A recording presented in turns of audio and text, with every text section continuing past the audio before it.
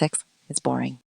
After a certain amount of time with the same partner, it becomes boring, monotonous, and routine. Are you shocked? Probably no one has said this before me. Usually, people try to cover up this topic, as it is considered a kind of taboo, because it is so important for the stability of society's order that couples remain monogamous. Meanwhile, the truth is that gone sex can indeed become boring after a while. Anyone who claims otherwise either hasn't had a long-term relationship yet, or is such a sex addict that they can't get bored of it. The high degree of variety required to maintain a sophisticated, high-level sexual life in a long-term relationship may not be something an individual can guarantee. After all, one cannot look different every day, nor can one adopt a different personality unless they have excellent acting skills and unless they have the energy to wear different types of clothes or even wigs.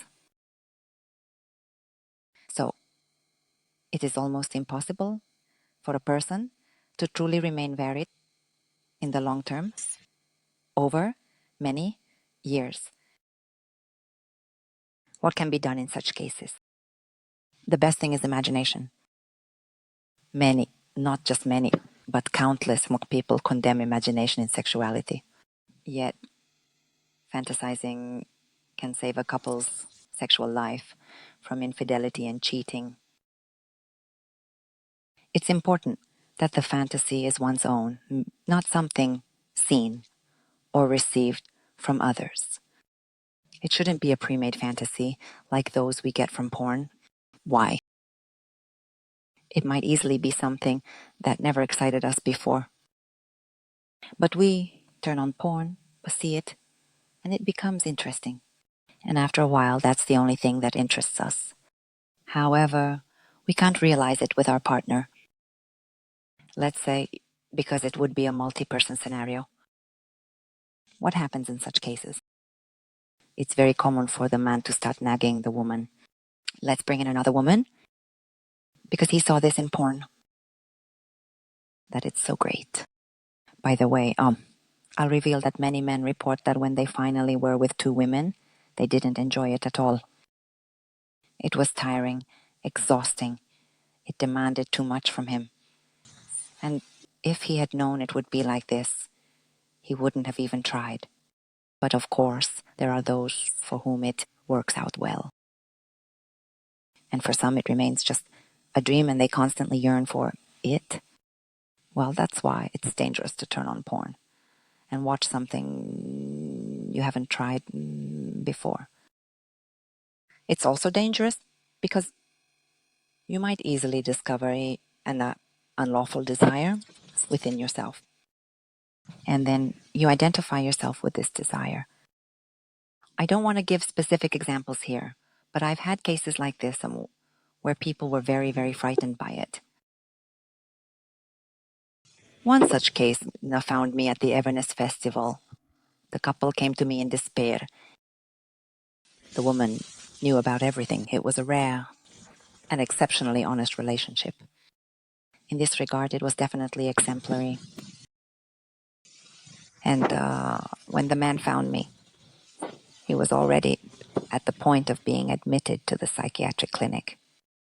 Moreover, before he came to me, at the Everness Festival, where I was giving lectures on sex, seduction, male-female differences, proper female behavior, the dynamics of relationships in sex, and of course on porn addiction. But before he came to me, he had already been seeing a psychologist or psychiatrist.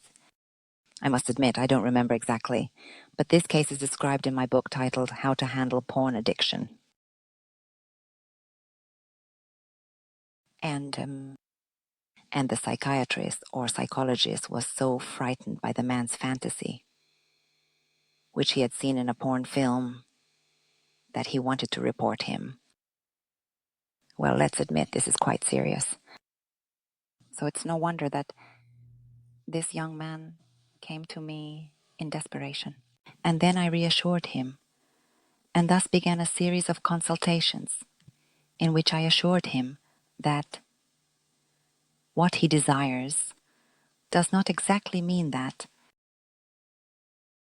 Of course, this is not always the case. But in his situation, this is exactly how it happened. Our desires are not always straightforward. We need to analyze why we desire something.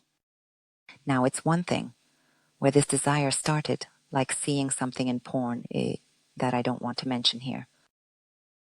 But there is a phenomenon which I have named compulsive sexual disorder. The essence is that the person compulsively nurtures some sexual desire, doesn't want to think about it. It's all illegal, against the law, or filthy and disgusting, or neither. But it questions the foundations of a relationship, or makes it difficult to ever have a real relationship. So the person starts nurturing such a desire, constantly thinking about it, or at least quite often, and cannot escape from it. This is compulsive sexual disorder. If you want to read more about this, then open page 61 of my book titled How to Handle Porn Addiction.